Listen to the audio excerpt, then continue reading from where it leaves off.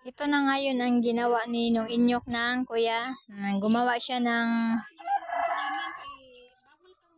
tawag dito, poste. Bakal na poste.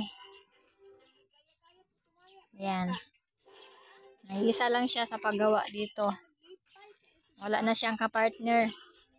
Iniwan siya sa ere.